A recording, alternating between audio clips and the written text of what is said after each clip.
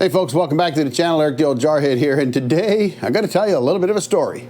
Almost 30 years ago, back in, I guess early 98, I was in South Korea with the U.S. Army. And yes, I did actually serve in the Army for about 3 years. I was a Marine serving in the Army. Actually, I got out of the Marine Corps in 91 and went into the Army in 96 because I used to tell everybody, and I guess I sometimes still do, that when I got out of the Marine Corps, I was really good at shooting things and blowing things up, but didn't really have job skills to get me a good paying job. And while I was actually what they call a light armored vehicle repairman in the Marine Corps, that meant that my first few years in the Marine Corps, I was a scout with a toolbox.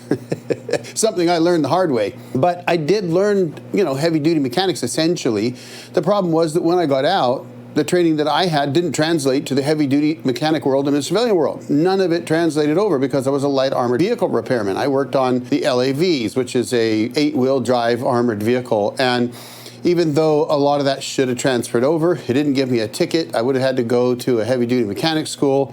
I decided to try to go different ways, and frankly, eventually I got tired of taking jobs that didn't pay me enough. So I went back into service, this time into the Army, because honestly, I was already a broken jarhead then. So here we are. I was in Korea, 97 and 98 at Camp Carroll down near Wagon, South Korea.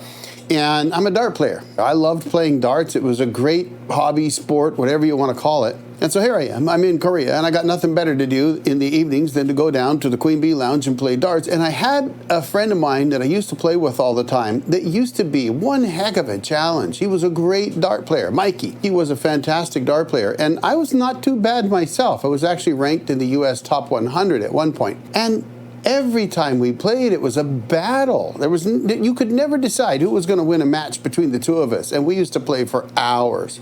And one of the things that Mikey always used to say was that he never practiced. Never. Now, today I would tell you that Mike was really good at psychological warfare. Because I'm one of those honest people that if you tell me you don't practice, I'm going to believe you. So here we are. We're playing all the time, beating each other up all the time, and I could never really get a leg up on him. I could match him, but I couldn't get a leg up on him. And he always used to say he didn't practice. Then one day, another friend of mine, Jeffrey, who knew Mike really, really well, Jeff said to me, he said, Mike practices, right? And I laughed and I said, he tells me he doesn't practice, Jeff. And he said, Eric, he practices all the time. He practices in the morning before PT, and after PT before breakfast, and then after breakfast before formation, and all the time at lunch. And then when we get secured at the end of the day, he practices until he comes out to the Queen Bee just so he can play you. Well, the moral of that story is people lie. I know that sounds pretty harsh, but whether he was just, messing with me or lying, you can decide. But the reality is people don't always tell you the truth. And so the message that I have for everybody today is you're going to make mistakes. And if there's somebody out there, maybe they're a YouTuber, that tells you that they built this perfect cabin in the woods and they never made any mistakes, or they built their own solar power, or they chose the perfect power station, or whatever it is that they're selling you when you're watching it, I would always be a little suspect, because especially in the cabin building world, frankly, you're going to make mistakes. Maybe you're a fantastic carpenter that has been doing carpentry their whole lives and framed houses and everything else, and you go out and you build a cabin in the woods, and maybe you don't make mistakes. But I've never met that person. And I've known a lot of really great carpenters, as well as people that are really good at just about everything else. But that doesn't mean they don't make mistakes in any case. So, bearing in mind that people make mistakes, one of the things that I thought I would tell you is that I've made lots of mistakes building my cabin. So if you're watching my videos thinking that you're going to watch somebody that has built this beautiful cabin and never made a single mistake in his whole life or a whole time he was building the cabin, well, that's just not the truth.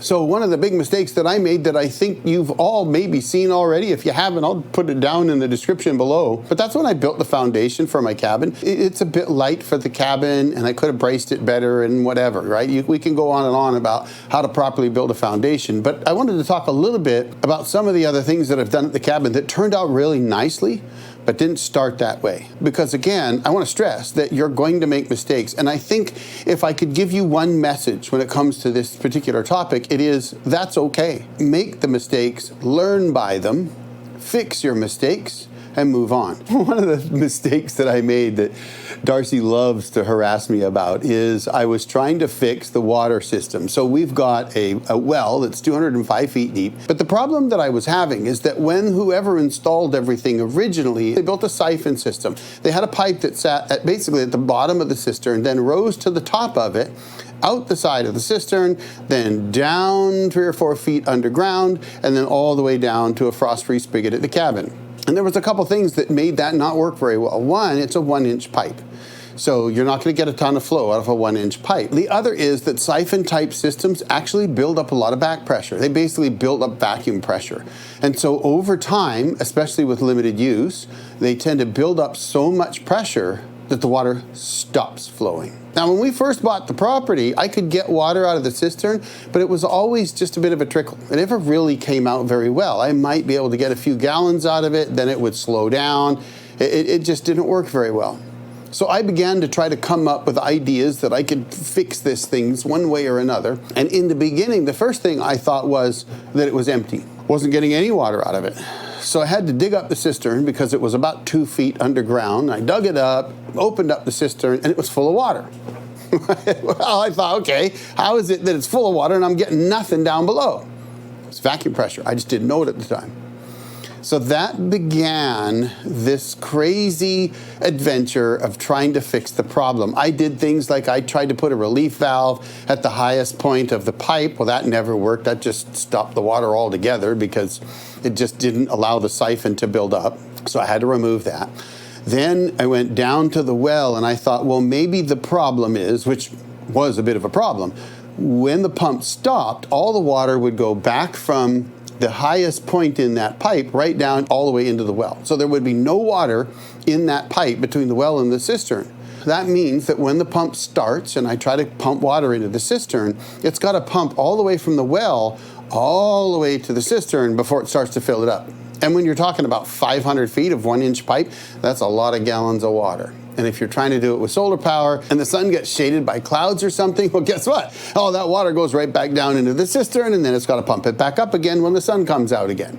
So I decided to put in a one-way valve down at the very bottom near the well, right near the well, so that when the pump stopped, the water couldn't flow back into the well itself. That actually worked really great, but I was still having a lot of trouble with the water not flowing from the cistern to the frost-free down by the cabin. So it wasn't getting any water out of the cistern still. That didn't work.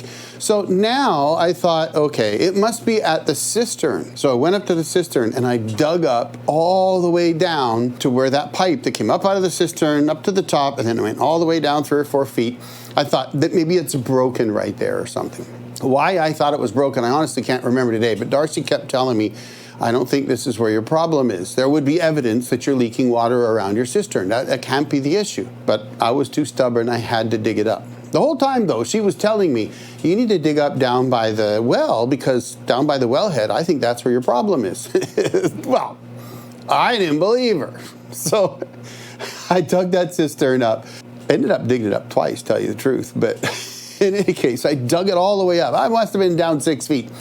I couldn't find a problem. No issues whatsoever. The whole time, Darcy's laughing at me saying, you Marines, you get used to digging fighting holes, so you can't help it. You got to dig holes. Maybe.